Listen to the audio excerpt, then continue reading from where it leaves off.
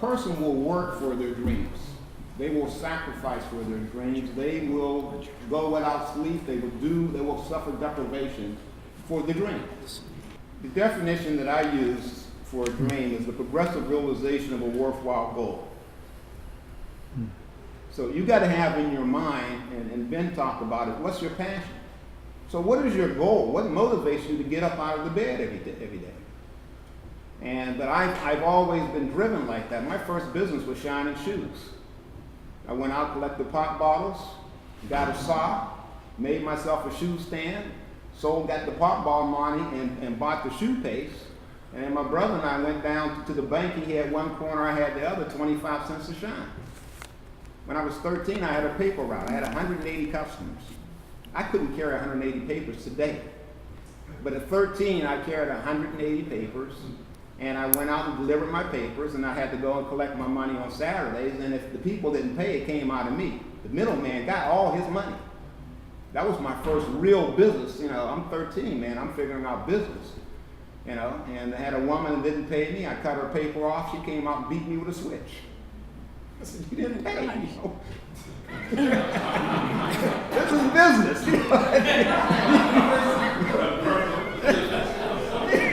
You didn't pay. But I learned about business.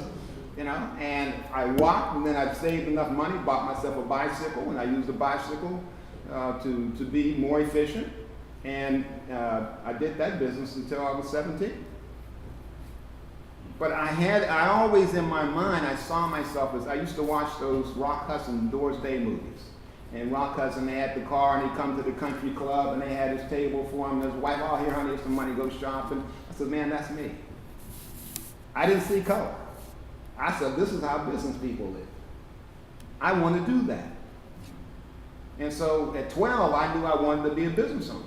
I didn't know how, but I knew that's the lifestyle that I wanted. And I'm saying that if we expose our children to these things, we can plant the seeds and they can develop a dream. The biggest problem with our kids is that their dreams have been destroyed. Yeah. And the biggest problem with their dreams being destroyed is the breakdown of the family. My parents set a standard, and my mother used to tell me, when I leave the house, remember who you are. What do you mean remember who I am? I know who I am. But what she was saying, don't go out here and do something stupid and embarrass this family. And I'm saying most of us can look back in our lives, in our families, 1, 2 generations, that's what we come from. Every one of us have somebody in your family to decide, I'm changing the dynamic. My circumstances are not going to control me, I'm going to control my circumstances. We got to get those stories out. My dad was a part of the Great Migration from the South. He was a sharecropper. And if you don't know anything about sharecropping, that's when you don't own the land, you don't own the mule, you don't own the equipment, you don't own your house, you don't own the food that you buy. Everything is owned by that landowner.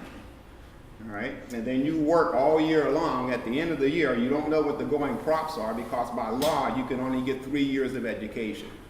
Okay? And then he comes in, looks down, settles up, well, looks like we broke even. Here's a ham, have a nice Christmas. Wow. That's sharecropping, okay? And my dad is one of 18 kids.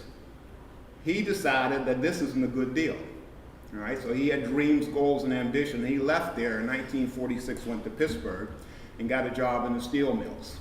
He rented one room, sent the money back, took care of my brother and sister for 3 years. And then they came up and they lived 3 people in the bedroom. Then I was born, the first kid born there, right? So we lived in the same room, in the same bed, in the same underwear. That's poor. So there were some tough times. But off of that, and he saved his money, he bought a house because the banks wouldn't loan him any money. All right, but there was some folks in the community, some Jewish folks that would loan money to black people. And so he got a loan, bought a duplex.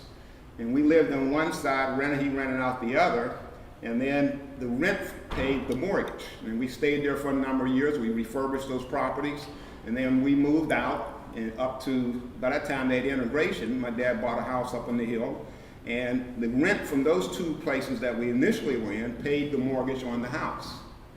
And so that's where we were raised. And my dad was a steel worker. Now, one of the things I realized that I didn't want to be a steel worker. I was very appreciative of the fact that my dad got us out of the farm. He broke that cycle of poverty.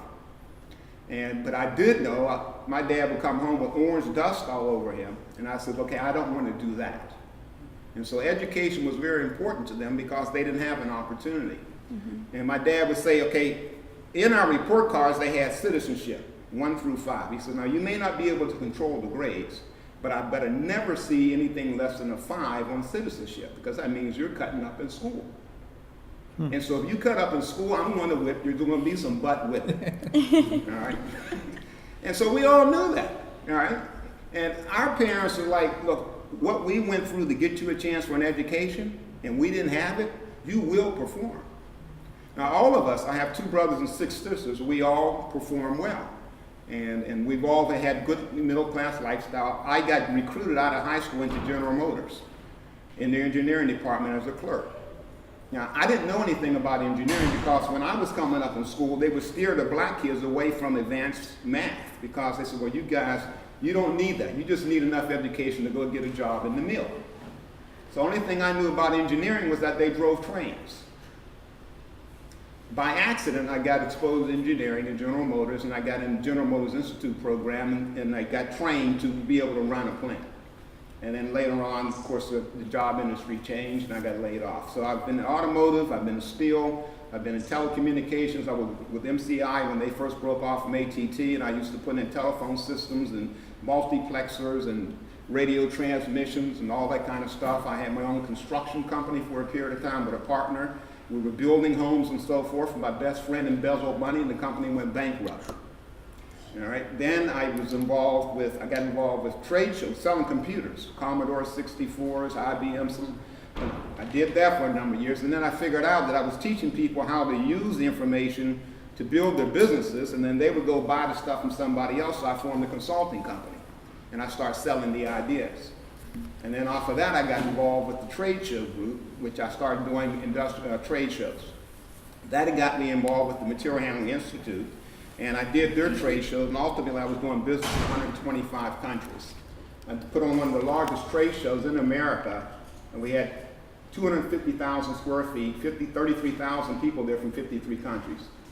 And I worked with the U.S. Consulates, Department of Commerce, and all that. Now from there, I came to the conclusion, they said, well, man, if Staton keeps making this kind of money, he's going to be making more money than the president. And I'm like, well, I had a better year than the president. So what's the problem? Now, when they hired me, they had to go back and form a board meeting because they had in their bylaws, no black people can work here. So they had to have a board meeting to update their bylaws in order to hire me, and that's how I ended up in Charlotte, North Carolina from Pittsburgh. But I told my wife, I said, in 5 years they're going to get rid of me, so I started looking for a business. And I had 2 IBM typewriter guys who used to repair typewriters. I bought controlling interest of that business. And what I did was, when I was making money, I was banking 20% of what I made. My income and my expenses were based on my base salary. I banked all my commissions. I got a house, I got a 15-year mortgage, not a 30-year mortgage. So I had my house nearly paid off in 10 years. That also gave me the equity in the house. I saved my money, I had my 401k, I bought that business, put 100 grand into that, and I pulled 100 grand worth of equity out of my house, which had doubled, went from $77,000 to $200,000. That financed my business. I then took a look at the banks and all that I had done in industry, because I used to keep industry running. I was a maintenance foreman, and I became a plant engineer. And then we had to do everything. It was a union shop. So no matter what it was, if it broke, my department fixed it. It was a 24-hour operation. I took that mindset, took it to the office place and says, okay, I went to the banks and they had their own repair folks. I says, you can outsource that work to me. I will streamline it, I will standardize, I will cut your cost by 30%, increase your efficiency by 80%, and I'll give you complete control of your inventory. And I will extend the life of that equipment. So every year that I keep that piece of equipment running, if it costs you $2,500 for the machine, I can keep it running for $250, and you got a $2,000 plus saving. 500 branches, that's $1 million a year savings. I've been doing that for the last 20 years. I've built that from there, from a regional to a state to 8 states, 70 subcontractors, 8 employees, a multi-million-dollar business. Now, I say all that to say that I know how to build a business with no money. Now, in the meantime, while that was happening, I had 2 kids. My wife died when I was 35. So I was widowed, had to remarry, and I still say my wife's second wife, I interviewed her, because I hadn't been on a date in 16 years. I'm like, what's your 5-year plan? They said, man, you can't do that. I'm on a mission here. I got work to do.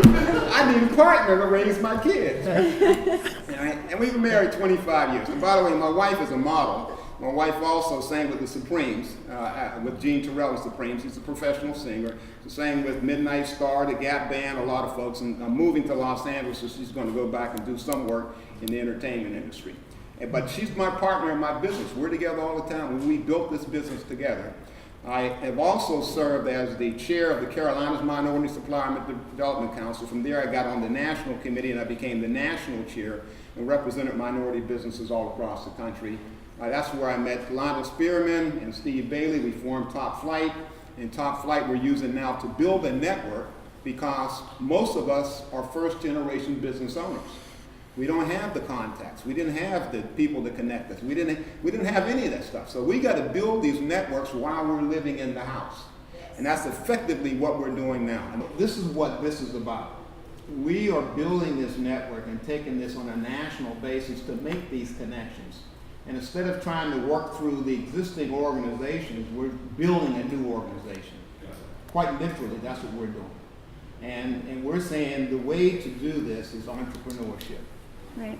Forget about the government. Forget about what you didn't get. Your mama didn't give you Twinkies. You didn't get your diaper changed often enough. And forget all that stuff. All right. Let's just talk about there are business opportunities. As these corporations are shedding bodies, getting rid of people, the work's still got to be done. All we have to do is figure out what needs to be done and how to do it, and that's our opportunity. And so we had to create something outside of that, and that's why we have Top Flight. And we are now taking this, and then this is a national movement, that we are taking this and we're working with business owners, and we're telling business owners that we can help you increase your capacity. We can help you move your business through the various stages. Most of the businesses in the council are under $1 million. 80% of them are under $1 million. And there's some that are 10, 20, 30, 50, some that are billion. Now, we also work with the Dartmouth Ames Tuck MBA School, where they have programs for minority business to come there. All of us are alumni of that. Those are businesses that have been in business for 3 years, doing a minimum of $300,000 up to over $1 billion. We're tapping that network. We're tapping this network. We now want to build a network with incubators. We then, by the incubators, that gives us boots on the ground, and that in turn will allow us to reach out to the community colleges, to the major colleges, to all the various other entities that are out there, so that there is a network for folks to plug into. And when I say network, I'm talking from before you even have a kid, all the way to the grave. You got some money, now how do you pass that on to the next generation? We need to work through the network that we're building here. And Top Flight has a website. We have all this information on there. We in turn, our base is off the William factory here. Our partner is Al, and Al in turn is going to bring in the educational component, which again, he's working with Tim. Their program is being built here. We want to replicate that throughout the country using the incubators. And so that's what we're building. This is a national initiative. We start here. This is our base. We found a partner in Tim. Al has the STEM education. He has SimTech, and he has other programs that, again, locally, that we can plug into the local schools and so forth and get kids exposed to this type of training that you have to have. The other thing that we I speak to is about the development of family. All the stuff we're talking about, all the money in the world, doesn't mean a thing if you've got a kid that doesn't have character. 2 weeks ago, Al and I and Brea went to one of the schools, and we were talking to a group of 8th graders. Yeah. And we were talking to them about their goals, their dreams, and how can we take that and turn that into being in business for yourself, and why STEM education is important. Because now, if you understand your math, science, engineering, and technology, you then in turn can gear your education so that